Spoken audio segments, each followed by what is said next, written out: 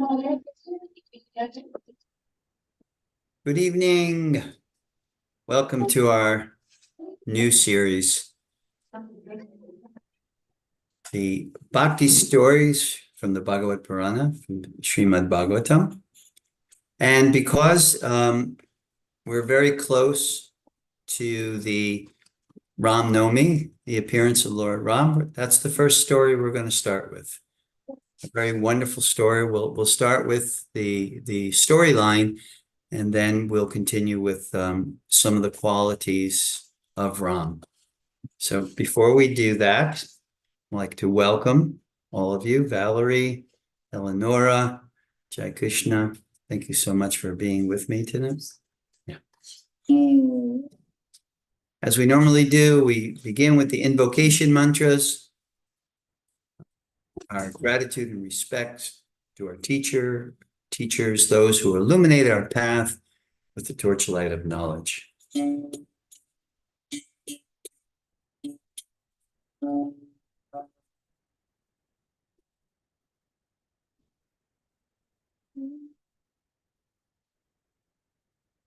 Om Jnana Timirandasya Yunanjana Shalakaya Chakshurunmilitam Jena Tasmai Namaha Tasmai Sri Guruve Namaha Sri Chaitanya Vistam Stapitam Jena Puttale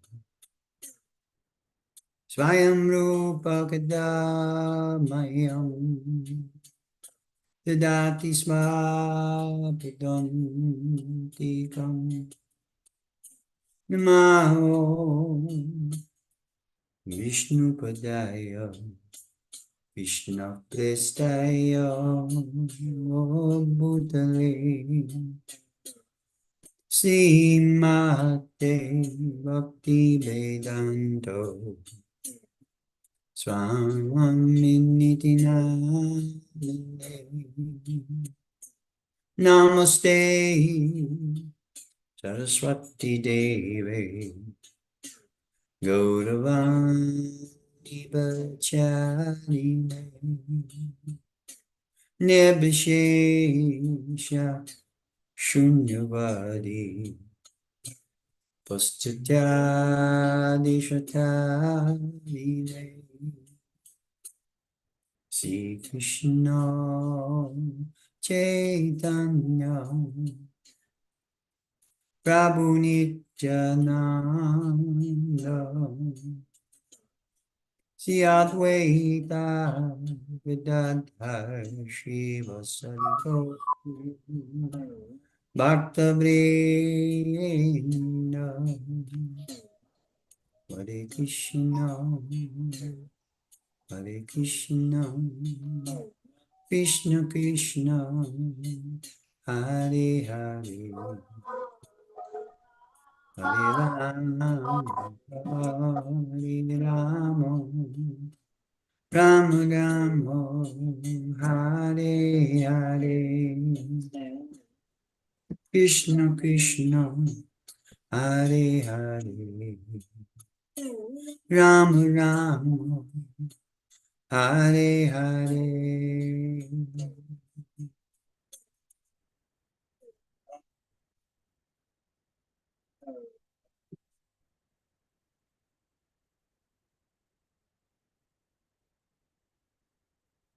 So, beginning of our next series, we are beginning with our new series of the Bhakti stories. The whole principle of Bhakti, there's 9 processes in Bhakti, hearing, and chanting, and remembering Vishnu, serving the lotus feet of Vishnu, etc. So there's 9 different processes. And of the 9 processes, ways to perform bhakti and meditation, hearing and chanting is the most important. So this is a good way, a good introduction by hearing these stories, because Krishna says in the Bhagavad Gita, if you remember in the 4th chapter, yada yada hi dharmasya glanir bhavati bharata abhyutanam adharmasya. So Krishna comes again and again.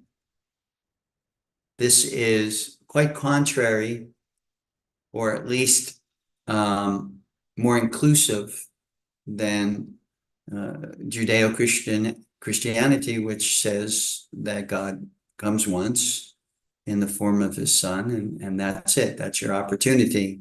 You either take it or lose it forever. The bhakti principle is that God comes many times, again and again and again, as according to the time, the place, and the circumstance. So, many of these stories are meant for multi-purpose.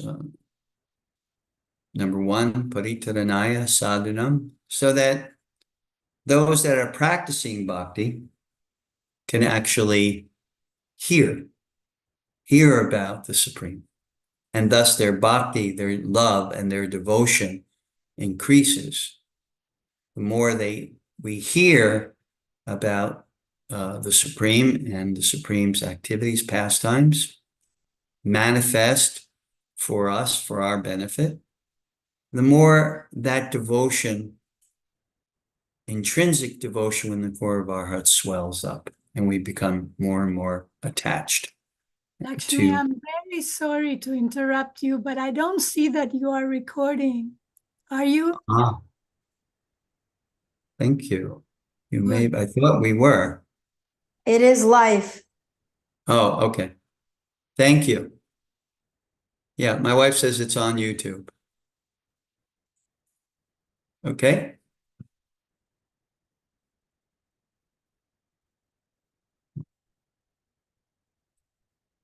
So that's one reason, so that the practitioners of bhakti have a substance by which they can hear and chant and develop their attachment. Krishna also said in the Gita that what one contemplates, one develops attachment for. So we see in our own life, we contemplate many different things, and thus we have attachments in our mind.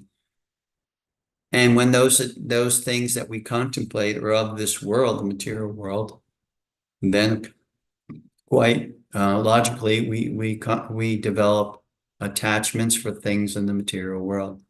Therefore, Krishna says in the Bhagavad Gita, he gives us these pastimes, these various pastimes, leelas, for our meditation, so that we can contemplate them and develop an attachment for the Supreme.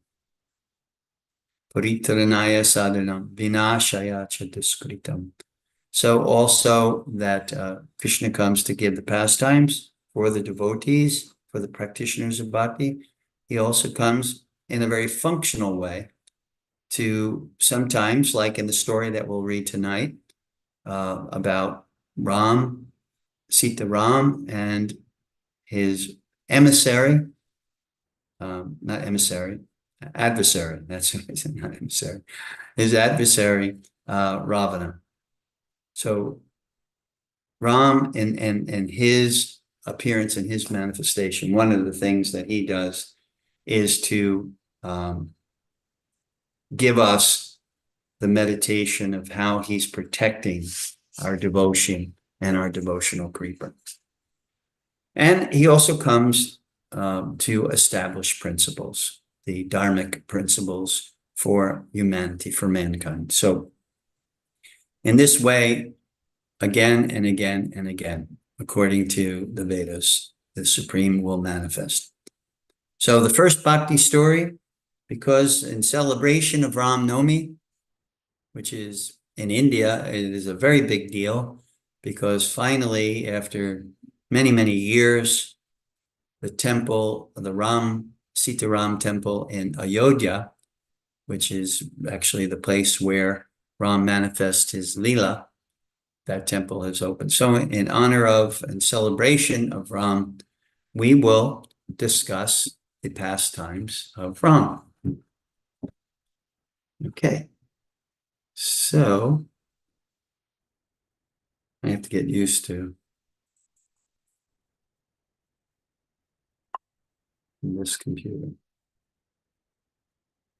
So we'll break the story of Ram up into 4 categories. The first category being the early life of Ram. The second one is Ram's exile. And the third one, abduction of Sita, Ram's wife, by Ravana. And then the fourth category is the slaying of Ravana, and Ram rescuing Sita, and then Ram's coronation. So those are the 4 categories. So it begins with Dasarath, King Dasarath. King Dasarath was the great king of Kosala, an ancient kingdom that was located in present-day Uttar Pradesh in India. Ayodhya is the capital city, and that I've been there. I've had the good fortune to go to Ayodhya some years ago. I believe it was 2018, where I was accompanying a yoga group, and I was serving as the in-tour philosopher. So I would, and wherever we went, I would tell stories about that particular city that we're visiting. We went to Rishikesh, Haridwar, Ayodhya, Varanasi, Vrindavan. Yeah, so we went to several different cities and had that good fortune. It was tough traveling, but it was ecstatic. So we did go to Ayodhya. It was very nice. At that time, in 2018, they didn't get permission to build, so the pile of construction materials was still sitting there, and Sitaram, the deities of Sitaram, was in a little hut, and you had to walk over this long line, and you can have a little glimmer of darshan of Sitaram at that point. But now this big temple has been constructed, and now the glories of Ram. Thousands and thousands of people are going there. So this Ayodhya is still there. It was the capital of Dasharath, the great city capital. And Dasharath was a great king, and he was loved by all of his subjects. And the kingdom was happy and prosperous. Even though Dasharath had an immense amount of wealth and power and citizens and so many things, he was not happy. So that is the nature of man and mankind, that we could have everything in our grasp, or seemingly in our grasp, but still not be happy. But I mean, he had a legitimate reason. He was a king. He's a great king, and he had a great kingdom, and he wanted to, of course, continue the legacy of his family in that kingdom, but he had no children. He had, was it 3 wives, I believe? Kaushalya, Kaikeyi, and Sumitra. Yeah, I believe it was 3 wives. And none could bear him children. So he was very despondent at the fact that he was a king without children. So his teacher, his guru, Vashishta, came, and he was the family priest, and he came and he saw that Dasarath was not very happy. So he said to Dasarath, "Why are you so unhappy?" And Dasarath said, "I am a king, but I have no issue. And that means I am not going to be able to continue my family if I have no children. This is of great concern, not only for a king, but for many people." So Vashishta said, "Okay, we'll perform a great sacrifice, and see that, through the auspiciousness of the sacrifice, if we can get your wives to bear children." So he did that. He performed a great sacrifice, and out of the fire, if you've ever been to a sacrifice, you see that the priest lights a fire, a great fire, and chants mantras. So especially back in those days, this is hundreds of thousands of years ago. In those days, the priests were especially potent, and they were able to chant mantras and derive great benefit. Sometimes even invoke the presence of Lord Vishnu himself as a result of chanting the demigods. And this was the potency of sound vibration that was uttered purely and properly. So Vashishta had this great fire sacrifice. Out of the fire came a great personality, and that personality handed Vashishta a bowl of sweet rice, like rice pudding. We call it kheer, or sweet rice, but it's like a rice pudding. And he gave it to Vashishta, and Vashishta in turn gave it to Dasarath, and he told Dasarath, distribute this kheer, they call it payash, to your wives, and this will help them to become fertile and bear you children. So that's what was done. The end result was Kaushalya had Ram, Kaikeyi had Bharat, and Sumitra had Shatrughna and Lakshman. Now, Shatrughna and Lakshman. Shatrughna was very close with Bharat, and Lakshman was very close with Ram. So they had 4 children, and these 4 children, 4 boys, were Prince, and Ram was the heir apparent because he was the oldest child. So they were trained in the Gurukula under Vashishta and Vashishta's wife. Many times, oftentimes, the guru or the teacher is a grihasta. So both the guru, the husband, and his wife are like second father and second mother to the boys in Gurukula. So the 4 boys, the sons of King Dasarath, Ram, Bharat, Lakshman, and Shatrughna were in that, and they learned all of the various sciences of the Kshatriya. Kshatriya means warrior. In Bhagavad Gita, Krishna says, Chatur Varnam Maya Shristam Guna Karma Vibhagasaha, that there are 4 Varnas, stations in life, and 4 ashrams, spiritual stations in life. So you have the Brahmin, you have the Brahmin is the intellectual class, the Kshatriya, which is the warrior, administrative class, the Vaishya, which is the mercantilistic class, that would include farming and merchant and grains, selling of grains, etc. That would be Vaishya. And then Shudra is the laborer class in service to the other 3 Varnas. And the ashrams, the 4 ashrams are Sannyas, which is the renounced order of life, Brahmachari, which is the student. The sannyas is mandatory renunciation. You take that vow and you remain celibate for the rest of your life. So that is sannyas. Brahmachari means student of spiritual life. And usually the brahmachari, the young man, remains celibate up until the age of 25. And at that time, he can either continue a life of celibacy dedicated totally to spirituality, or can get married and raise a family and assume a position, a dharmic position, either according to their Brahmin. If they're Brahmins, they can teach, they can perform sacrifices. What they teach are basically the Vedas and the principles of the Vedas, perform sacrifices, etc. And the Kshatriya always is in service to humanity by protecting humanity. They are the protectors of humanity, and they are also the leaders, the administrative, managerial leaders, the kings and the princes. So, according to your station, And what Krishna says in the Gita, it's guna karma vibhagasaha. It's not by birth.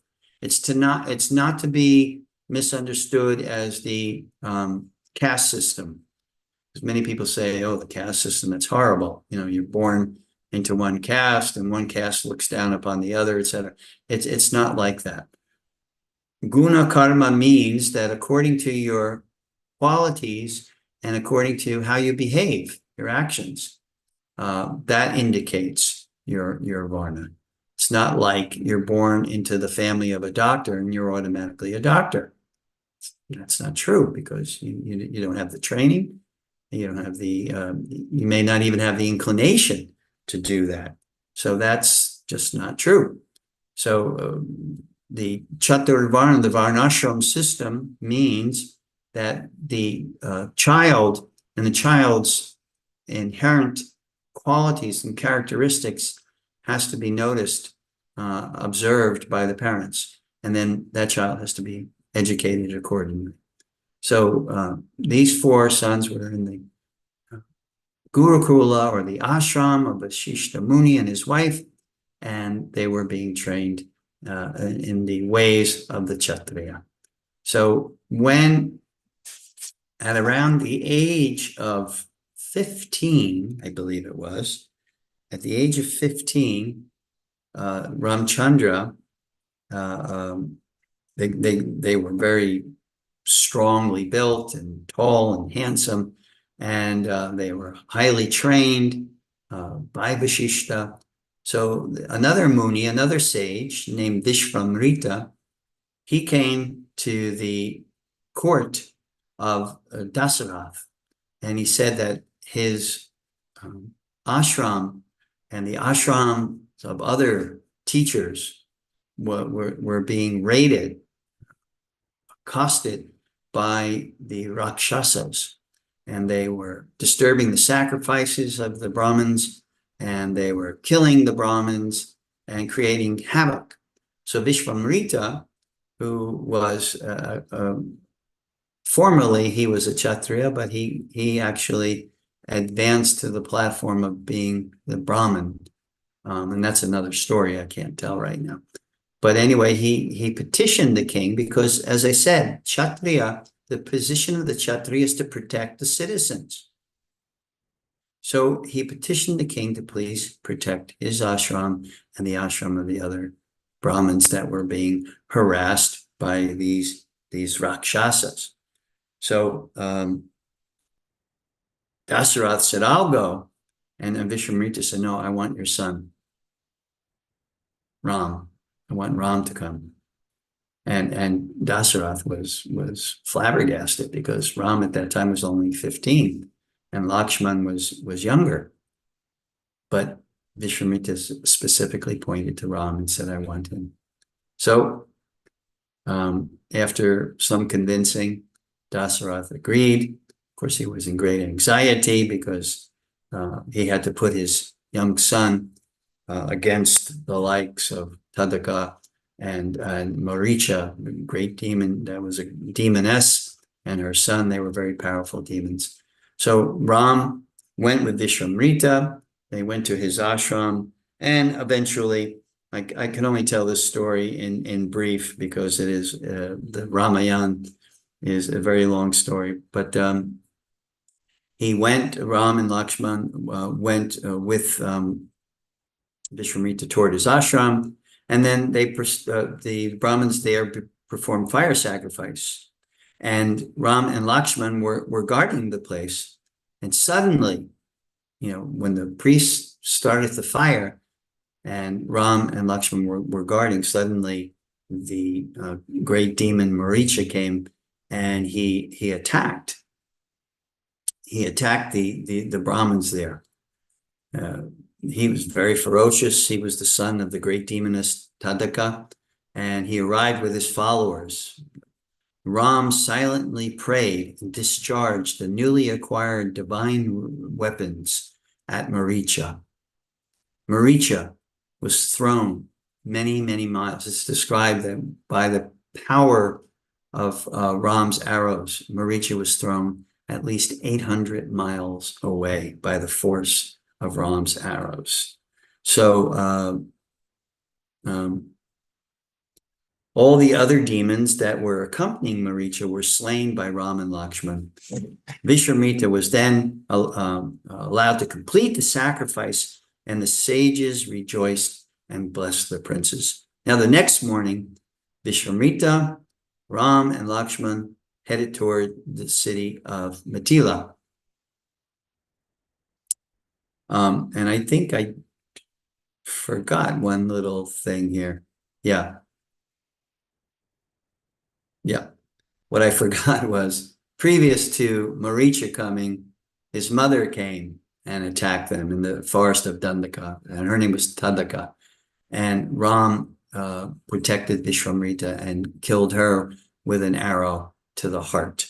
And that's why Maricha came to avenge his mother.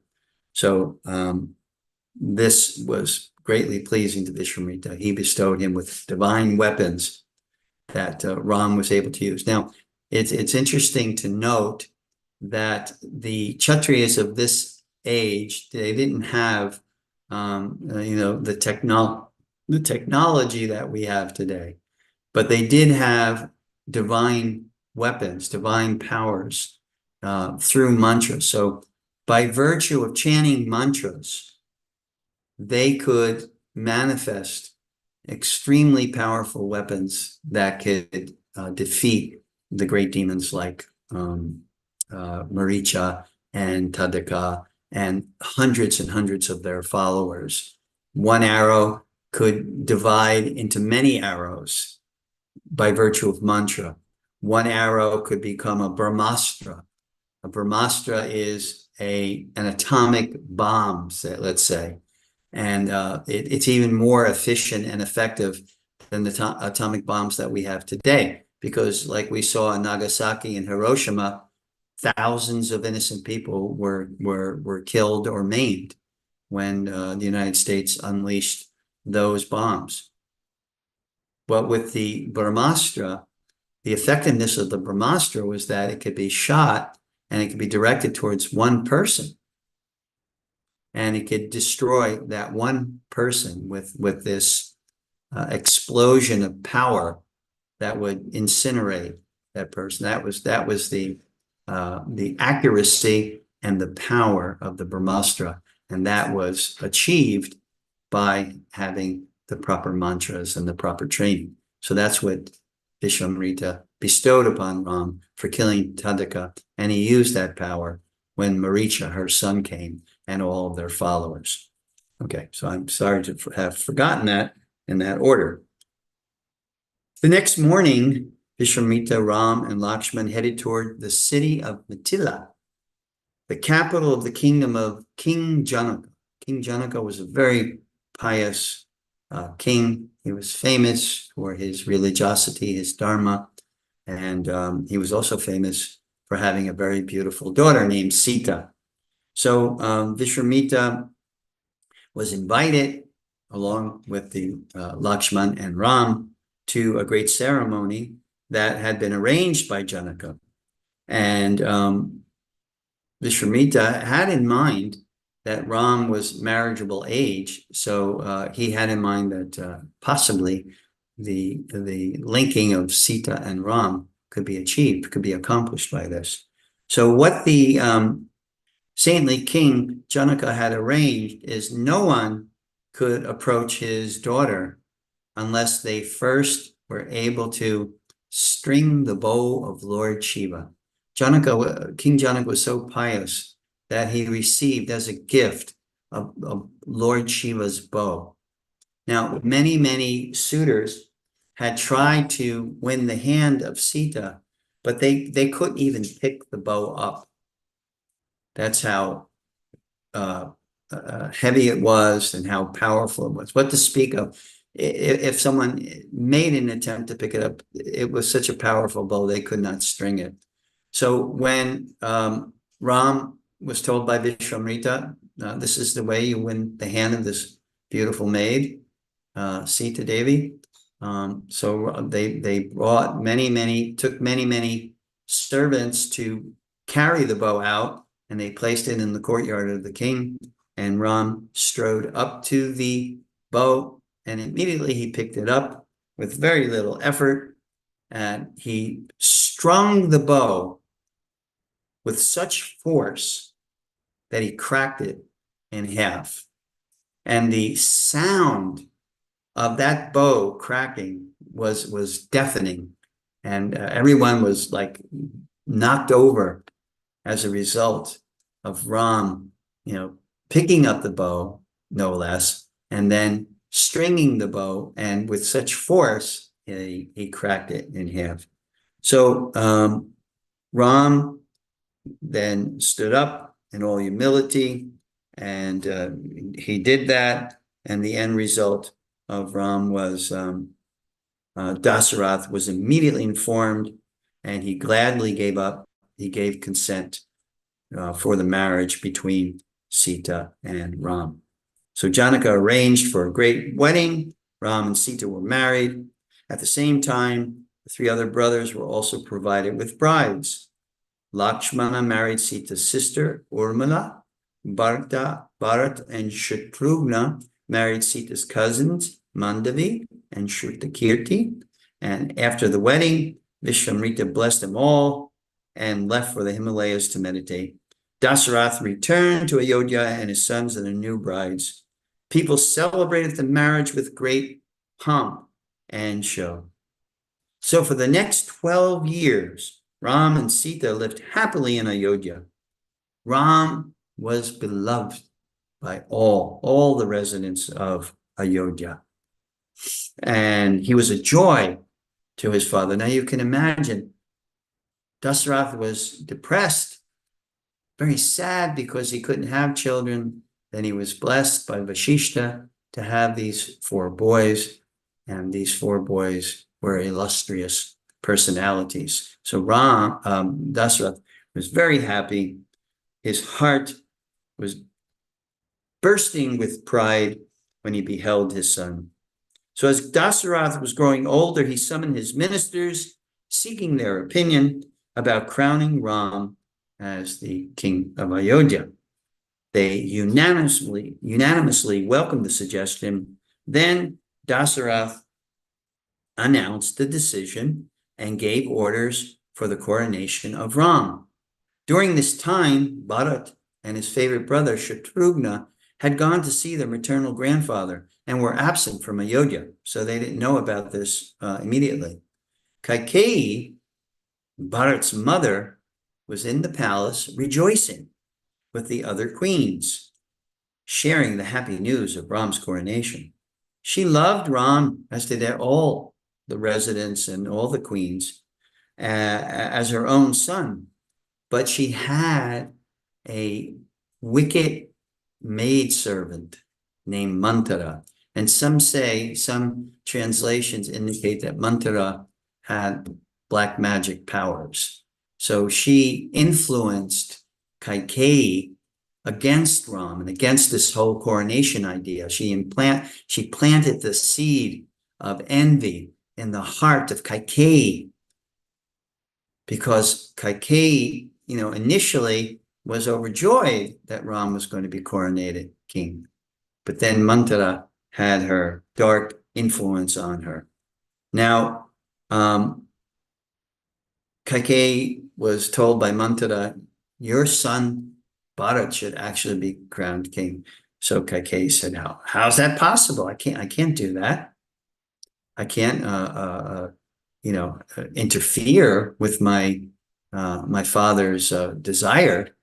And Mantara reminded Kaikeyi, she said, no, Dasarath promised you 2 boons. You remember when he was in battle and he was struck down by weapons, and you came and you nursed him, and you got him, you saved his life. And he was so grateful to you that he gave you 2 boons. So you should use those boons. And she said, how should I use those boons? And Mantara said, you use those boons by telling Dasarath that, number 1, your son Bharat should be crowned king, and number 2, that Ram should be exiled from the kingdom. Now, Dasarath was heartbroken. Can you imagine the immense pride and joy he was experiencing, the fact that Ram, beloved by all the citizens of Ayodhya, and Ram, the noble one, the noble-hearted one, Ram, the pure-hearted one, and now Dasarath was told, no, you can't do this. You owe me 2 boons, you promised. Dasarath pleaded with Kaikeyi, please, anything, you can have my life if you want as one of your boons. And she said, no, this is what I want. Bharat to be coronated king and Ram to be exiled. So this was extremely heavy for Dasarath. But as is the code of the Kshatriya, they have to keep to their word. So he gave his word to Kaikeyi that whenever she asked for these boons, he would have to comply. So with a very, very heavy heart, Ram was told that he was not going to be coronated king. Bharat was instead. And to make matters worse, he was exiled. I believe it was for 14 years. Let me see. Dasarath, Dasarath gently took Kaikeyi's hand in the back.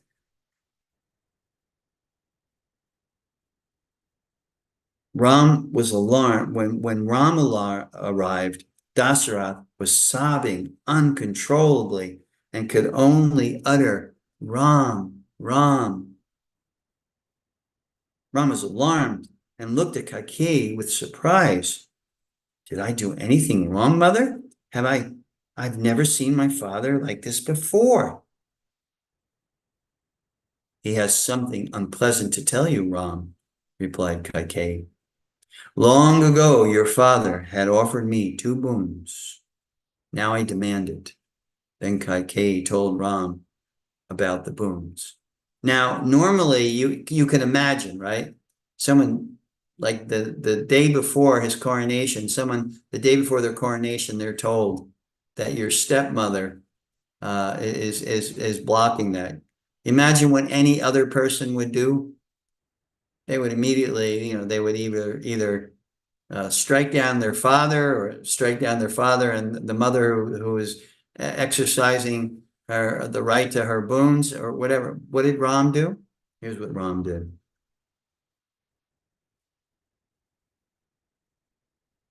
Is that all, mother? Asked Ram with a smile. Please take it that your boons are granted. Call for Bharat. I shall start for the forest today. Ram did his pranams to his revered father, Dasarath, and to his stepmother, Kaikeyi. No enmity, no anger. He immediately said, this is what you want, mother, Kaikeyi, his stepmother, Bharat's mother. Immediately it is done. And he told his father, my respects to you, and I will leave immediately. Bharat should be coronated the next day.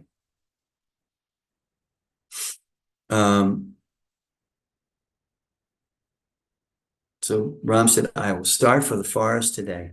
Ram did his pranams and then he left. Dasarath was in shock. He painfully asked his attendants to move him to Kaushalya's apartment. He was waiting for death to ease his pain. His heart was broken. The news of Ram's exile spread like wildfire. Lakshman was furious with his father's decision. Ram simply replied, is it worthwhile to sacrifice your principle for the sake of a small kingdom?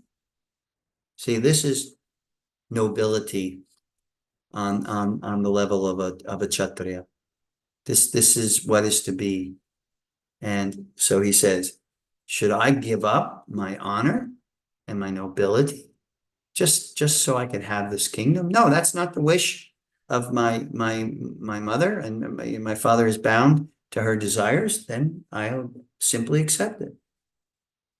Tears sprang from Lakshman's eyes, and he said in a low voice, "If you must go to the forest, take me along with you." Ram agreed. Initially, Ram didn't want to, because he said, it's my exile, not yours. Why should you have to suffer? And Lakshman said, suffering means to be without you. And this is what we know of love in separation, that even with the gopis, they experienced vipralamba bhav, and that means love in separation. And there is no greater pain and there's no greater ecstasy for the gopis, because they're always deeply meditating on Krishna. So Lakshman said, there's no greater suffering than to be separated from you. So Ram agreed, okay, you want to come, that's fine. Then Ram proceeded to Sita. Oh, imagine this now, right? He has to tell his wife, I'm exiled from the kingdom and I have to go to the forest and live like a hermit. So Ram goes to Sita and asked her to stay in Ayodhya. Why should you have to suffer, Sita? You stay here. When the exile is over, we'll reunite. So please look after my mother, Kaushalya, in my absence, Sita begged. Have pity on me, Ram. Have pity on me. A wife's position is always beside her husband. That is my duty. Not to be in silks and in palaces. That's not my duty. My duty is to serve you. So please take me with you.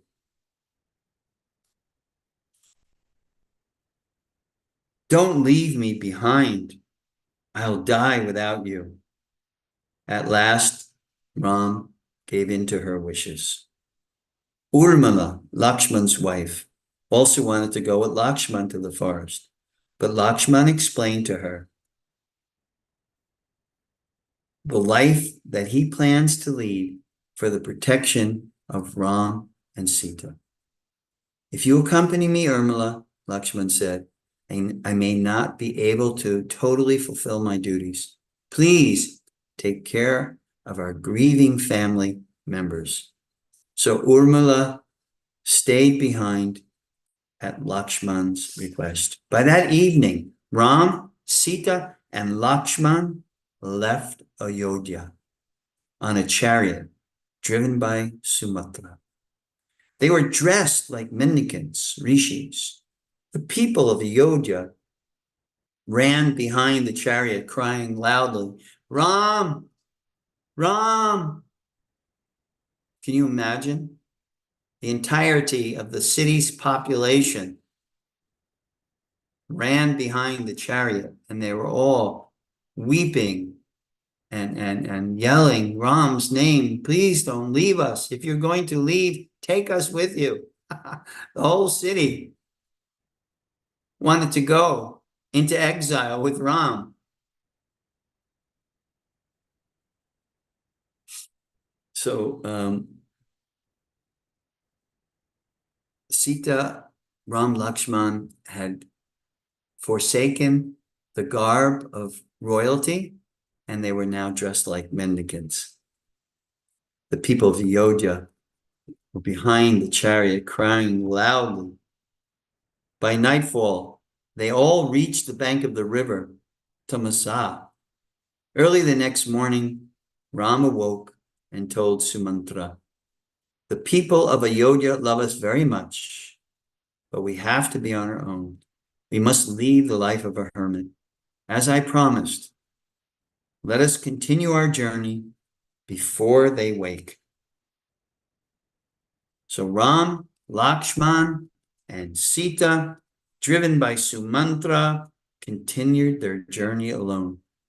After traveling the entire day, they reached the bank of the Ganges and decided to spend the night under a tree near a village of hunters. The chieftain, Guha, came and offered them all the comforts of his house. But Ram replied, "Thank you, Guha. I appreciate your offer as a good friend, but by accepting your hospitality, I will break my promise. Please allow us to sleep here as the hermits do." So he wanted to be true to his word that he would be exiled into the forest and live the life of a hermit. So even Guha had a humble abode and was offering the accommodations of his humble abode to Ram. Ram refused. He said, "No, I can't do that. I must be like a hermit here." So Ram, next morning, the three, Ram, Lakshman, and Sita, said goodbye to Sumantra and Guha and got into a boat to cross the river Ganges. Ram addressed Sumantra, "Return to Ayodhya and console my father." By the time Sumantra reached Ayodhya, Dasarath was dead. He died from a broken heart.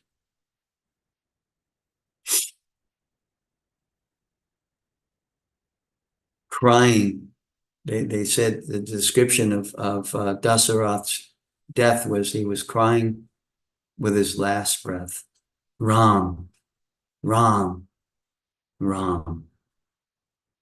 Vashishta sent a message to Bharat asking him to return to Ayodhya without disclosing the details. Now, if you remember, Bharat and Shatrughna went on a journey to visit their grandfather.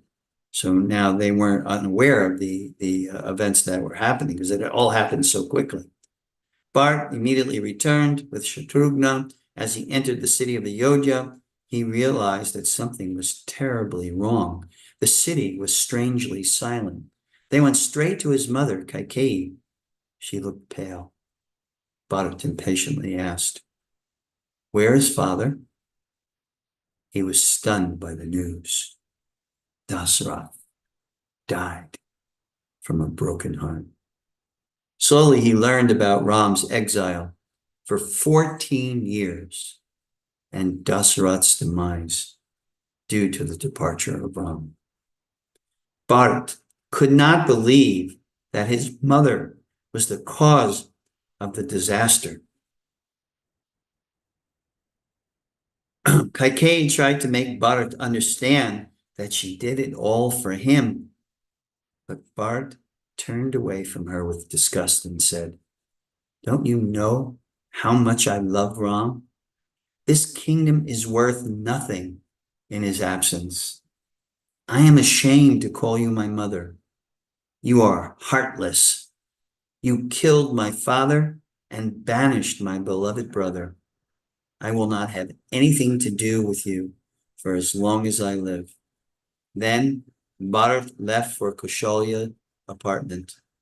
Kaikeyi realized the mistake she made. Kaushalya received Bharat with love and affection. Addressing Bharat, she said, "Bharat, the kingdom is waiting for you. No one will oppose you for ascending the throne now that your father is gone. I would also like to go to the forest and live with Ram." Kaushalya received Bharat with love and affection. Bharat could not contain himself any further. He burst into tears and promised Kaushalya to bring Ram back to Ayodhya as quickly as possible. He understood the throne rightfully belonged to Ram. After completing the funeral rites for Dasarath, Bharat started for Chitrakoot, where Ram was staying. Bharat halted the army at a respectful distance and walked alone to meet Ram. Seeing Ram, Bharat fell at his feet, begging forgiveness for all the wrongdoings. When Ram asked how his father, Bharat began to cry and broke the sad news. "Our father has left for heaven.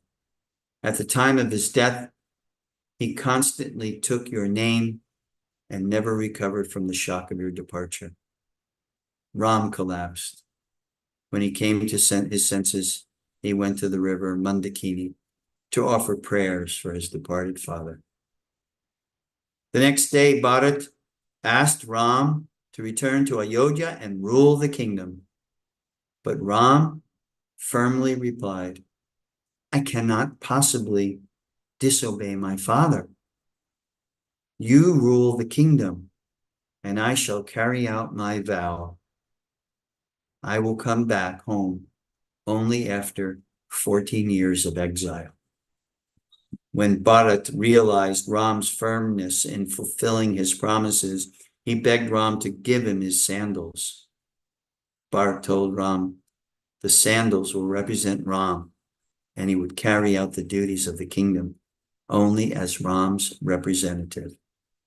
So Bharat never took the throne.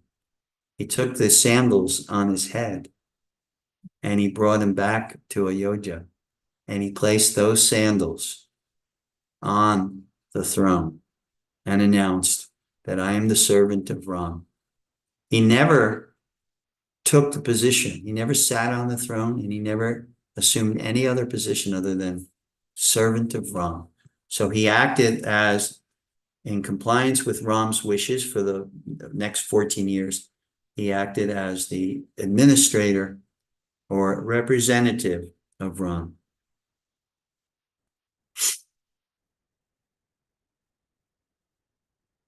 When Bharat left, Ram went to visit sage Augusta.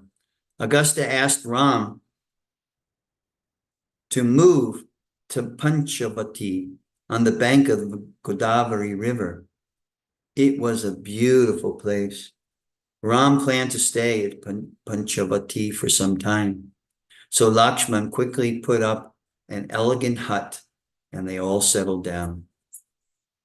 Now, at this time, while they were building their hut and settling into their new domicile, the sister of Ravana, the great Rakshasa king of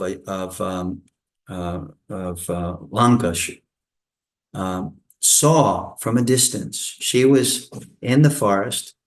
If you don't know what Rakshasas are, they're kind of they're cannibals. They're man-eaters. So they would go into the forest, and they would eat animals and whatever men or women or children that they could find. So while they were on, Suparnika was accompanied by 20,000 Rakshasas. And while they were in the forest, she came across the area where Ram was and Sita and Lakshman were settling down, and they built this nice straw hut. And from a distance, Suparnika observed Ram, and she immediately fell in love with Ram. Now, she was a Rakshasi, so she looked kind of brutal. They have fangs, and they're not the most attractive beings. But she also was powerful. She had mystic powers. So what she did was she turned herself into a beautiful maiden, and then she approached Ram. She said, just by seeing your beauty, I am madly in love with you. You must marry me. And Ram said to her, I can't marry you. I'm a married man. I'm already married. Here's my beautiful wife, Sita. So they knew what was going on. Ram, Lakshman, Sita knew what was going on. They knew this was a Rakshasi in disguise. And they kind of made a little game out of it. So Ram said, I'm a married man. I'm the older. I have a younger brother here. Boy, is he handsome. You should actually, you're so beautiful that actually you deserve this younger, more handsome brother of mine. So Suparnika looked at Lakshman, and Lakshman was quite handsome. So she said, okay, all right, I'll buy that. So she went to Lakshman, and Lakshman said, why would you want to marry the servant? I'm just Ram's servant. You don't want to marry. You're of such stature. You want to marry Ram. So he was throwing it back at Ram. And Supernica started picking up the fact that they were just joking with her. So Supernica got very angry and she attacked Sita. She was going to devour Sita. Oh, you're married, huh? Not any longer. And she attacked Sita with all this ferocity of a Rakshasi, and she was going to eat her up. And immediately Lakshman jumped to her protection, and he pulled out his dagger and cut off her nose. And then she was bleeding profusely, noseless. She could no longer be a nosy person. And she ran away back to her brother, Ravana, and she was bleeding and crying and so distressed that Ravana was like, what has happened to you? What have they done to you?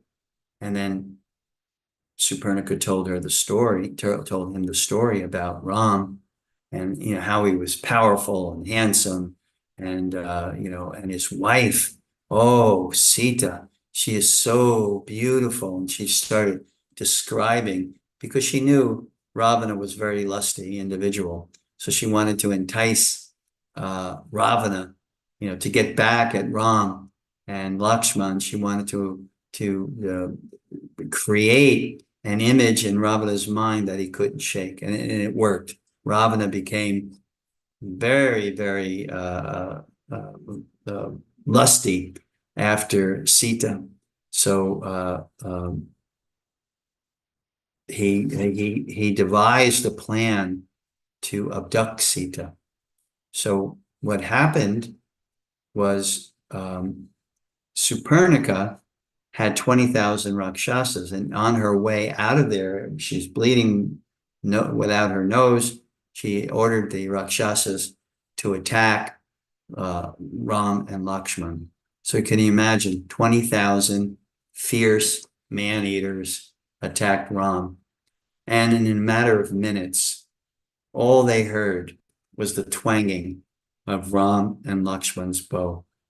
And in a matter of very short time, Lakshman and Ram disposed of 20,000 Rakshasa warriors.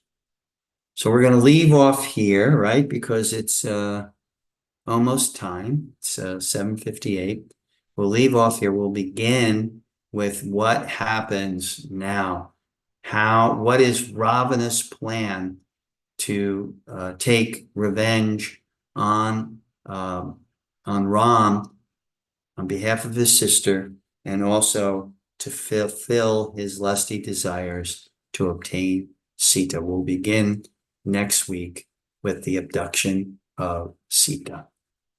So, Jai Jai Ram, Jai Jai Ram, Sita Ram, Jai Jai Ram, Sita Ram, Sita Ram, Jai Jai Ram, Sita Ram, Jai Jai Ram.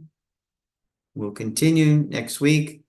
Meditate on the pastime and be in anticipation of the conclusion of the first Bhakti tale of Ram, Sita Ram.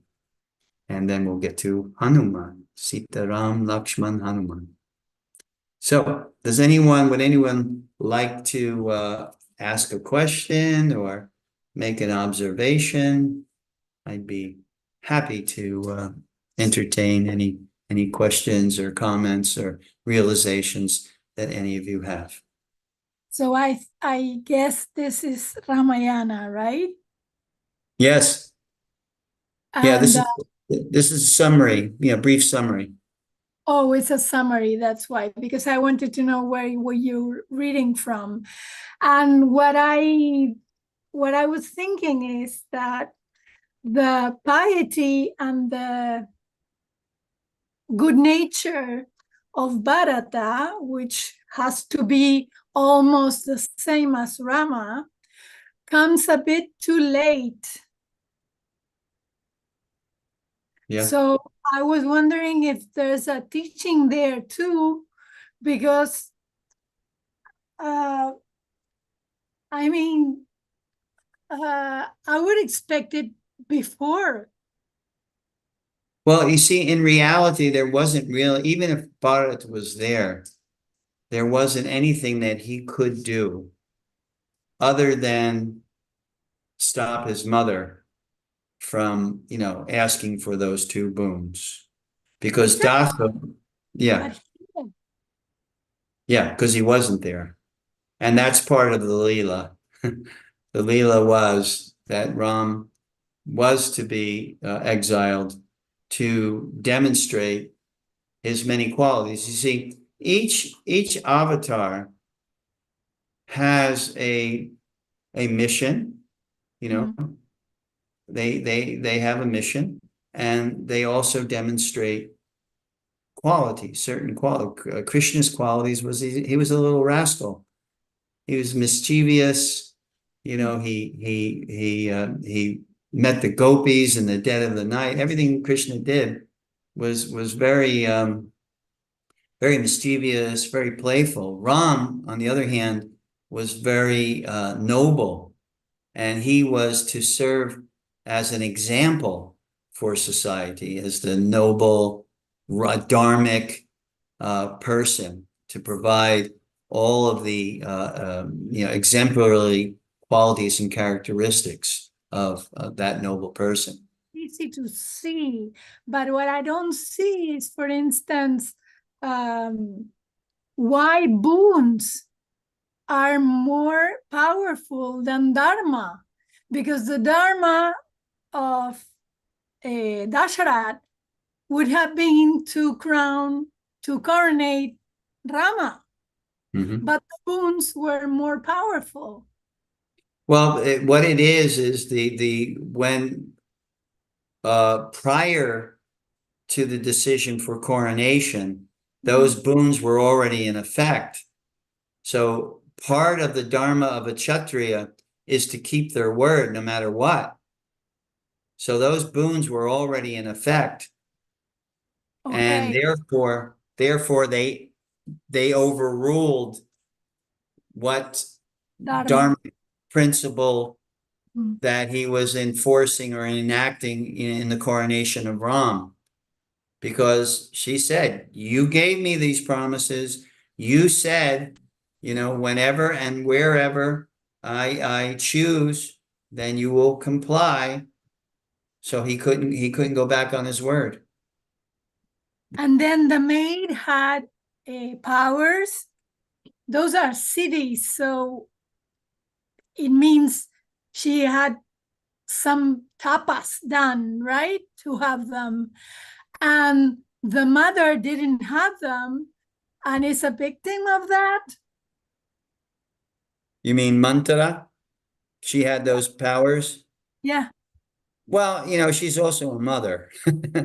And what mother is not wanting or desiring to have the best for their son. So the combination of the weakness of being a mother and the potency of Mantara and her black magic, she fell for it. Let's put it that way.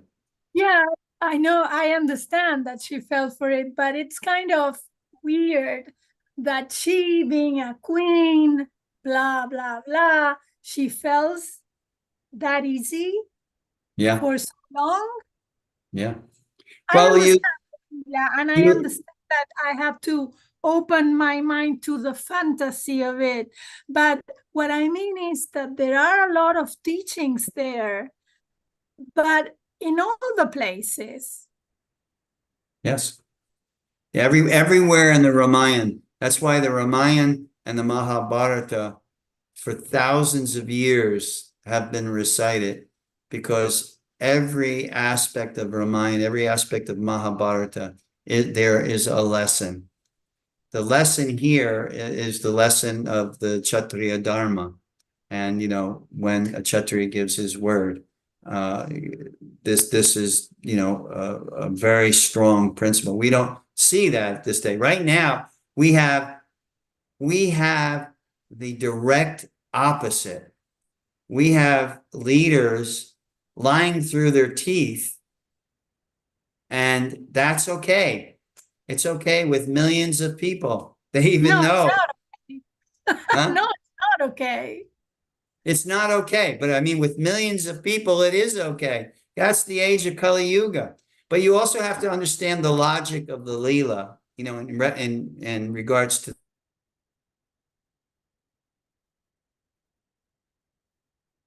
I lost you. Leela to play out in the way that it has to play out. And that is one of the purposes of Ram was to perform the killing of the demon Ravana, who was wreaking havoc not only on the earth planet, but in the universe. He was so powerful.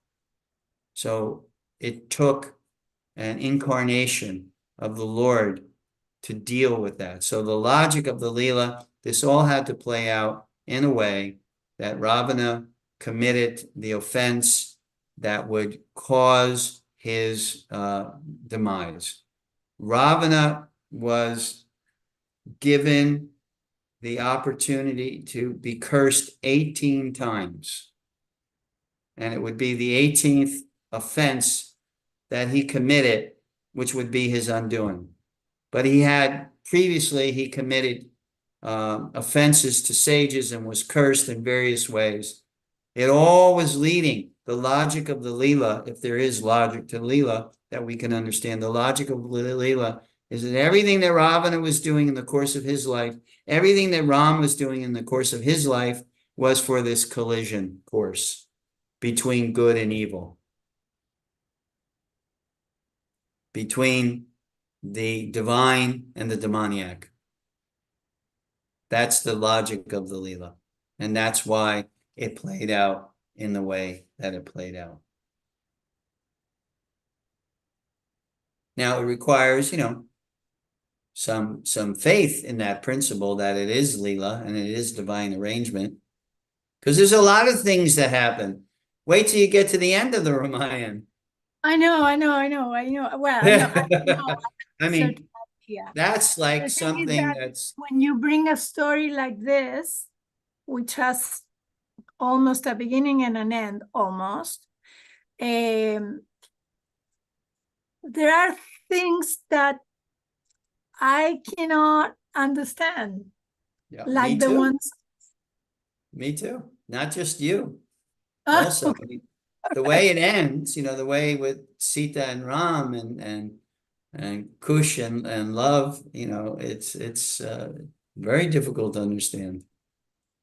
What I see is that they are concentrating in some characters, 1, 2, 3, 5, whichever, and not in the others, because the others are like doing something else. So Dharma is not the same for everybody. Piety is not the same for everybody. That's what it doesn't add up. Yeah. To my poor understanding.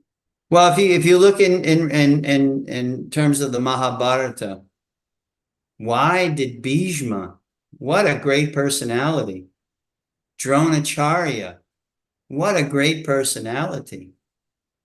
How is it that they supported Duryodhana?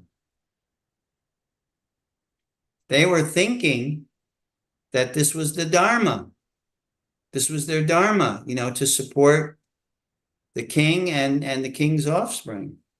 Yeah, but it's not about opinion, what I'm saying.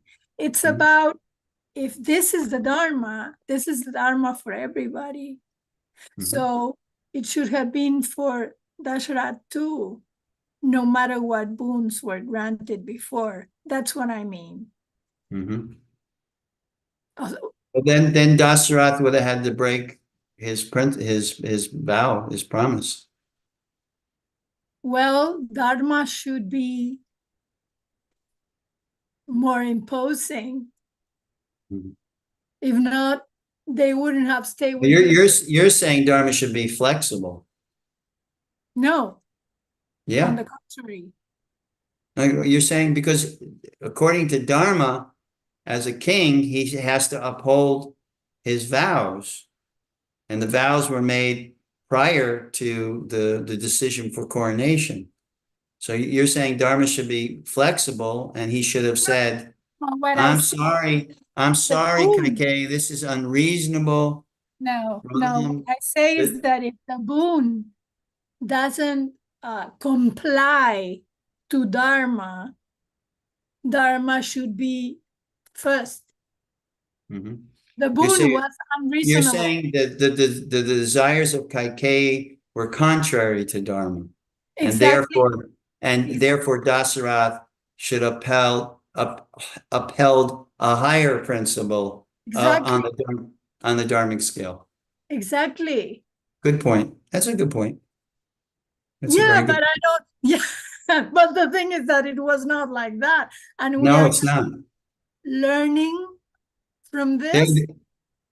there are many instances in history and the history of the Puranas where adherence to Dharma, this doesn't make sense.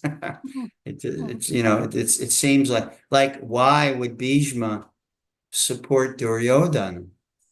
It was obvious that Duryodhana was doing everything and anything he could to get rid of the Pandavas. Assassination, exile. Why? Bhishma, Drona, why were they doing that? Because anything that they could do was, how do you say, conspiracy. Right. How can you go against by conspiracy only? So I can take that because of Dharma they won't go into conspiracy. Yeah. Kind But of. then you look at Yudhisthira. How could he gamble away everything? Yeah. I mean, it's the right. It's the right for a Kshatriya to gamble, but not to the degree that all occurred. But that was a very good lesson. If we don't have the time now, but if we get into it, analyze it, you see, Draupadi was in a difficult situation. I see your hand, Kirti. Got it. 1 sec. And thank you, Kirti, for attending. Draupadi was in a difficult situation. Yudhisthira was in a difficult situation. Draupadi called on Krishna to help. Yudhisthira did not. And that's why he lost everything, because he was in a difficult situation. If he had called upon Krishna as Draupadi did, he also would have been helped by Krishna. Krishna said that later on when he was asked. Kirti, you have a question? A comment? Thank you. Hare Krishna. Haribo. Okay. Your son has an amazing voice, boy. Wow, he's going to be some singer. Is he looking for Broadway, or what is he looking for? No, I don't know if he's gonna be a singer, but yeah, he is. But thank you. I don't know if I'm uh, remembering it correctly. Maybe I'm mistaken. But I think Dasharat at the end, like just before Ram, he took off. He said, the hell with my promise. You're not going anywhere. You're gonna be the king. My love, basically he said, I don't care about my promises, everything. I love Right. you. My love is, so basically he showed that his love was above, I think, if I'm not mistaken. But then Ram said, no, father, you have to uphold your dharma. You have to uphold your word. Yeah. I'm not gonna let you, just because to put me on a throne, I'm not gonna let you break your word. That means something. You are king, Dasharath. People gonna, speak ill about you. So I'm not gonna let you do that. So I'm gonna go. Don't worry. I'm gonna go happily, joyfully. I'm gonna go and pass those 14 years. I think so. Dasharat actually, at the end, he actually gave up his word. In other words, he was ready. Yep. He was ready. You're right. And Ram refused. And the principle is yad yad acharati shreshtas tat ivetaro janaha. Krishna says in Bhagavad Gita, what great men do, common men will follow. So Dasarath may have had a legitimate reason to do that out of love and, you know, who Ram was, etc. But common men will do as Dasarath did. And that is not what Ram wanted, to set a precedent. Because yes, you can justify it in, singularly in the case of Dasarath, that he could do that. But then somebody will say, okay, you know, Dasarath, King Dasarath made an exception to his vow. Now I can do that. So Yeah. what great men do, common men follow. And that's why Ram was so adamant and you know, fulfilling the boons of Kaikeyi, so that Dasarath would not be blamed for that, you know, that he gave up. And I think in all the principles of Dharma, that's the underlying principle, the yad yad acharati shreshtas tatat eve taro janaha principle. What great men do, common men will follow.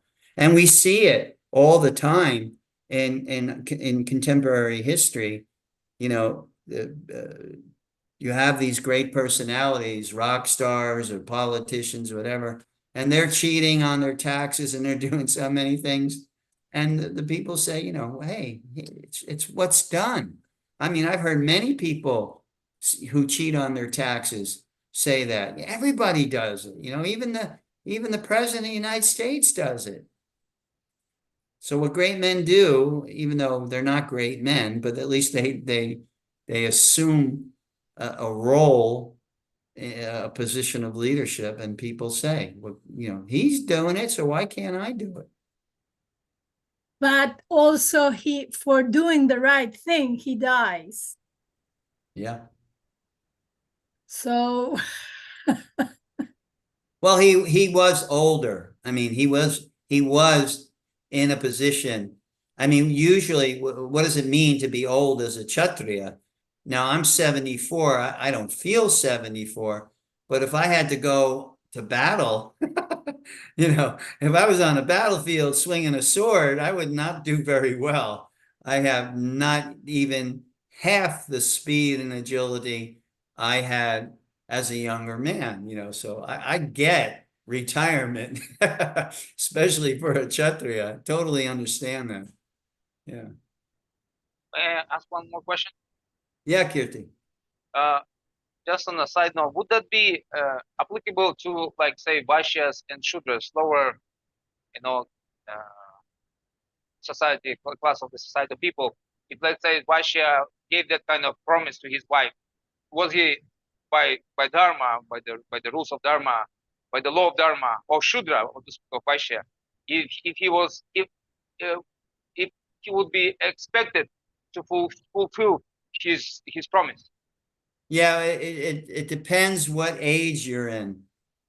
Satya Yuga, Treta Yuga, I would say yes. But as time wears on, Kali Yuga, forget about it.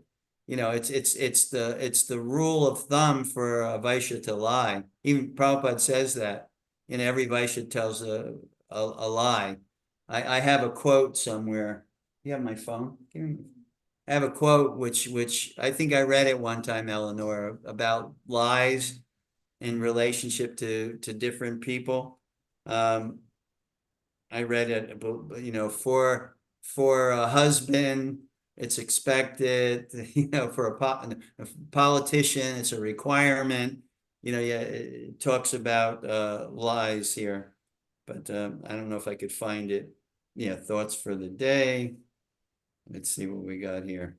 Oh yeah, here it is, right here. Telling a lie is a sin for a child, fault for an adult, an art for a lover, a profession for a lawyer, a requirement for a politician, a management tool for a boss, an accomplishment for a bachelor, an excuse for a subordinate, and a matter of survival for a married man. So, in answer to your question, I think the age that we're in, what's expected is, different. In the age of Kali Yuga, it's a requirement for most people to get along with their lives. But in previous ages like Satyuga, where 100% of the population is God conscious, it's not acceptable for any aspect of society. Okay. All right. Thank you so much for attending our first in a series of what we'll do next time. We'll finish Ram Leela, because I knew the Ram Leela would be very long. But the other ones that we're going to do Gajendra and Narad Muni, and we'll do a few of the Dhruva Maharaj. We'll do a few of the tales from the Srimad Bhagavatam, from the Bhagavat I Purana. want you to do Janaka and Sulava. Oh, okay. All righty. Put that request in writing, and I'll remember it. Kirti, everything going well there in Puerto Rico? Yeah, everything is well. Today is, I think, in Veggie Garden, they're celebrating. Mananath Prabhu is giving class right now. Oh, okay. Yeah. Wonderful. Yeah. My respects to all the great devotees there in Puerto Rico. I miss Puerto Rico. My wife and I talk about it frequently, and the great time of our life. Not for her life in terms of her medical career, but at least, in terms of the friends that we have there, and the wonderful times we had together, and the Yeah. prasadam that we consumed together. We So, miss you both very much. yeah. Maybe someday when retirement. But my wife, she's ambitious, and she's got her plans, and I'm just kind of servant to those plans. Okay. Hare Hare Krishna. Jai Ram. Jai Illinois.